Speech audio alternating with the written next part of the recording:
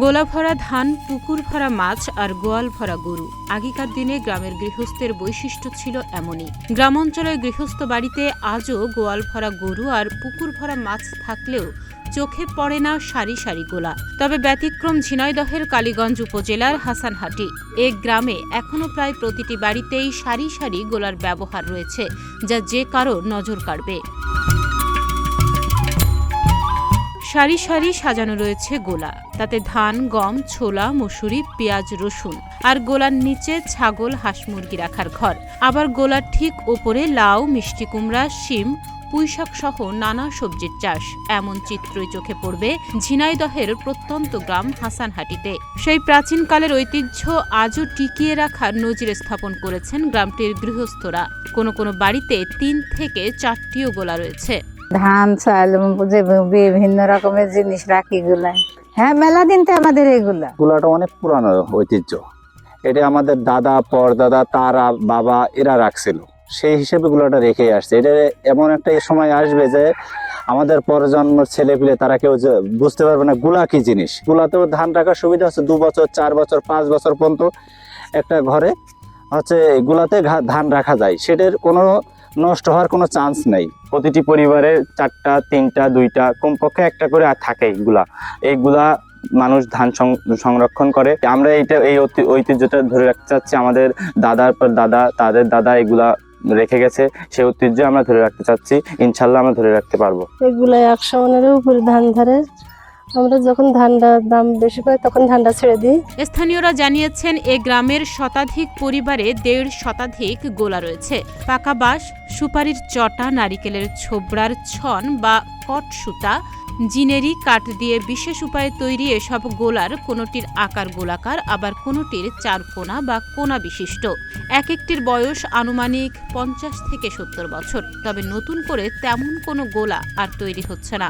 গ্রামগঞ্জে এখন একটা প্রবাদ আছে, গোলা ভরা ধান, পুকুর ভরা মাছ, গোল ভরা গরু। আমাদের গ্রামে সবারই টুকটাক অনেকের সবারই গুলা আছে, 2-3টে সংরক্ষণ করা হয়। আর এই ধান এতে নষ্ট হয় না, পোকা লাগে না। আমাদের এই যে গুলাটা দেখছেন, এটা আমাদের দাদার আমলের গুলা। এইগুলা আমরা কৃষি কাজ করি, কৃষি কাজ করে ধান, চাল এগুলা রাখি, এবং এগুলা থাকায় অনেক উপকারিতা আছে।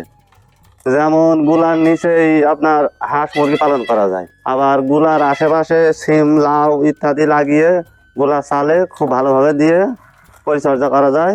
ছাগল, গরুর হাত থেকেও অনেকটা রক্ষা পায়। আমাদের হাসানহাটি গ্রামে আমাদের এই যে বিশেষ পাড়াটা আছে, বিশেষ পাড়া একসময় গুলাবাড়ি নাম পরিচিত ছিল। সবাই চিনতো, যে বলতো যে গুলাবাড়ি যেতে হবে, গুলাবাড়ি আছে জিনিসটা।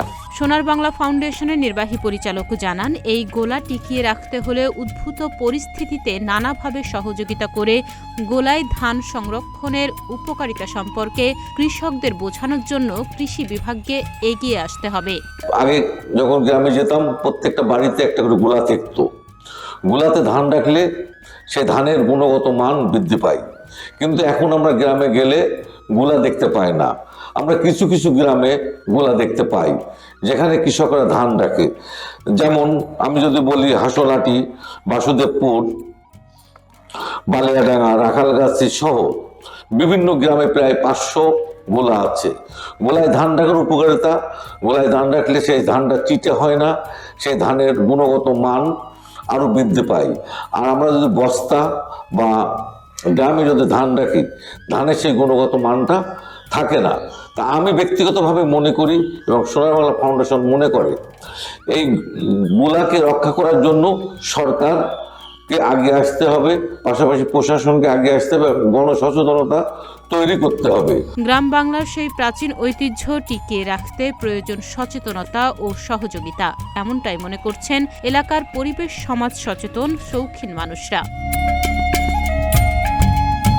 তাহনিয়া ইয়াসমিন, প্রতিদিনের বাংলাদেশ।